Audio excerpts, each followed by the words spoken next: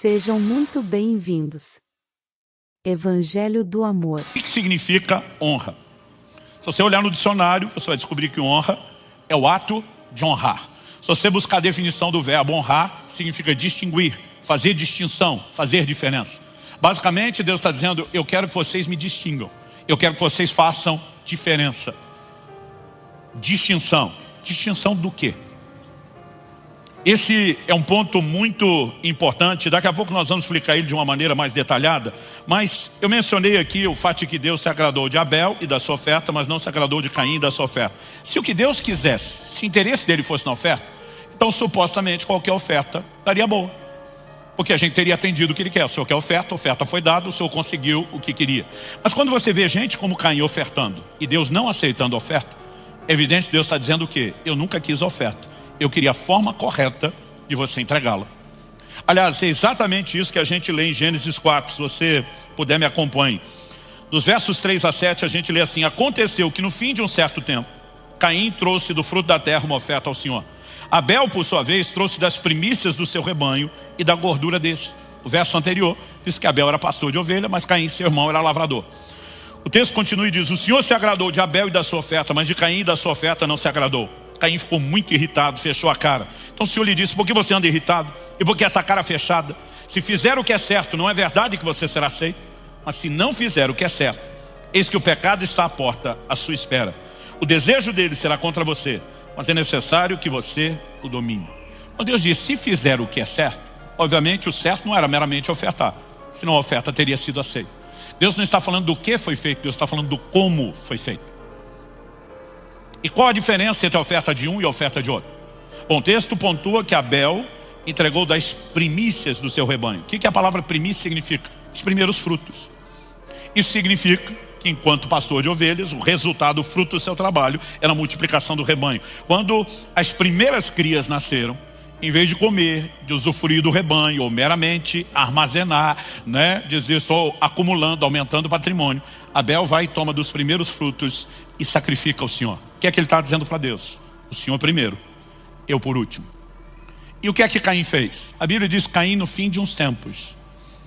A tradução que eu li diz no fim de um certo tempo. Tem versões que dizem no fim de dias, ao cabo de dias. A verdade é que a palavra tempo, ela é indeterminada no original hebraico.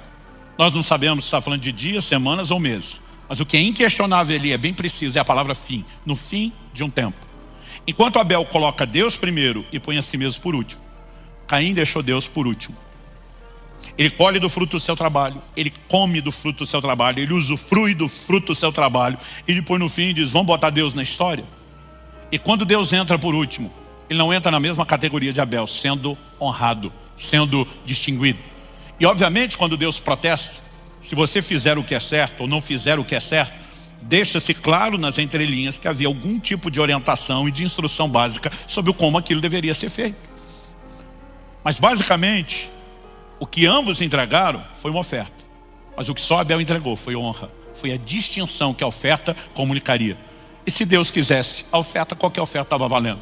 Mas quando você vê gente como Ananias e Safira, cuja oferta não foi recebida, não foram abençoados, pelo contrário, foram julgados, é evidente que Deus nunca esteve atrás do meu e do seu dinheiro. Deus sempre esteve atrás de honra. E esse princípio ele vai aparecendo ao longo de toda a Escritura. Eu gosto de achar aquilo que é padrão, aquilo que é recorrente nas Escrituras. Olha o que diz Marcos capítulo 12, do 41 ao 44. Sentado diante da caixa de ofertas, é o gasofilácio, Jesus observava como o povo lançava ali o dinheiro. Interessante que a Bíblia não diz que ele observava quanto as pessoas davam. Ele observava o como. O texto segue e diz, ora, muitos ricos depositavam grandes quantias. Vindo, porém, uma viúva pobre, lançou 2 pequenas moedas correspondentes a um quadrante. E chamando seus discípulos, Jesus disse, em verdade lhes digo que essa viúva pobre lançou na caixa de ofertas mais do que todos os ofertantes, porque todos eles deram daquilo que lhes sobrava. Ela, porém, da sua pobreza, deu tudo o que possuía, todo o seu sustento. Quando Jesus chama os discípulos para conversar sobre quem deu mais, embora a ênfase não seja de que ele observava o quanto e sim o como, eu fico imaginando como pode ter sido essa conversa. Se Jesus vai direto no ponto, como o resumo do texto parece sugerir, se ele de alguma forma abriu e permitiu a participação, caso tenha feito isso, eu fico imaginando na minha cabeça como seria. Se Jesus, por exemplo, tivesse feito uma pergunta, quem que vocês acham que deu mais? Imagino um dos discípulos dizendo, olha, Aquele camarada magrinho, alto, que passou aqui, virou 2 sacoladas de moeda, né? E pensa numa coisa que era escandalosa, eles não tinham papel moeda para contribuição, não tinha transferência eletrônica, né? Pensa em algo que era escandaloso, era o barulho das moedas, do metal batendo, ou como diziam os antigos, tilintando. Você sabia, Reginaldo, que existe esse verbo tilintar? Usava-se antigamente, hoje a gente não usa nem mais a moeda, né? O que diz respeito a eles. Aí eu imagino o outro falando, não. Você está mencionando o camarada alto ali, mas teve o baixinho, gordinho, de turbante. Virou uma sacolada só, mas o outro que virou as 2 era de prata. Aquele ali virou moedas de ouro. Com certeza valia mais. E quando está no meio daquele debate, Jesus diz, não, vocês estão errados. Quem deu mais foi uma viúva pobre. Só a ideia de uma viúva, que já é alguém que não tinha rimo de família, já sugeria que provavelmente não houvesse renda. Mas quando ele classifica pobre, está dizendo, além do estado de viuvez, não tinha reserva, não tinha condição nenhuma. E eu fico imaginando a turma tentando processar. Quanto é que ela deu? Que a gente nem reparou ela passando aqui. Jesus diz, ela deu 2 leptos. A Bíblia fala de 2 moedinhas. O original diz 2 leptos. Quando se fazia o câmbio e trocava pela moeda do Império Romano, os 2 leptos juntos davam 1 quadrante. O quadrante era a menor moeda do Império Romano.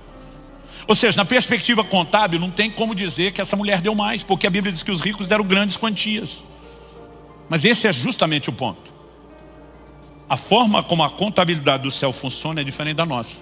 Na nossa, normalmente, nós estamos pontuando o valor e a quantidade de acordo com a moeda corrente. A forma como o céu pontua as nossas dádivas não é baseada nessa moeda terrena. A moeda do reino de Deus é a honra. E Jesus está dizendo, essa mulher deu mais honra do que os ricos. Por quê? Jesus diz que os ricos agiram como Caim. Os ricos deram do que lhes sobrava. Então o camarada ganhou, gastou, fez tudo que queria. Depois no final olhou para trás e disse, sobrou, dá para Deus. A pergunta é, se não tivesse sobrado, Deus tinha entrado na história? Não. Ele entra, mas entra no fim. Agora, quando Jesus disse que essa mulher deu todo o sustento, ele está dizendo, ela poderia talvez comer uma tapioca quando saísse dali, mas ela escolhe dizer, Deus primeiro, eu por último. Deus à frente das minhas necessidades básicas. Não importa quão pouco recurso eu possa ter, Deus primeiro. E na moeda do reino de Deus, e Deus está procurando honra e não dinheiro, essa mulher ofereceu muito mais. Quem está entendendo? Então, se eu e você não compreendemos o que Deus quer, nós não vamos nem saber como corresponder com Ele. Ok, pastor Luciano, o senhor pontuou e deixou claro que Deus está interessado em honra e não no dinheiro ou na oferta em si. Mas a pergunta é, por que Ele pediu honra nessa área material e financeira?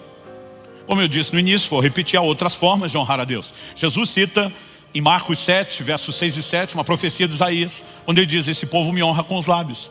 O que fizemos agora há pouco no culto, adorando, cantando ao Senhor, foi um gesto de honra a Deus. Ou seja, honrar a Deus com os bens não é a única forma de honra, mas como eu disse antes, em nenhum outro assunto Deus foi tão direto, contundente, objetivo, específico, como quando pediu honra em relação à questão financeira. Por que Deus pediu que nós o honrássemos nessa área? Esse é um ponto importante. Eu diria porque esse assunto relacionado ao dinheiro é algo delicado.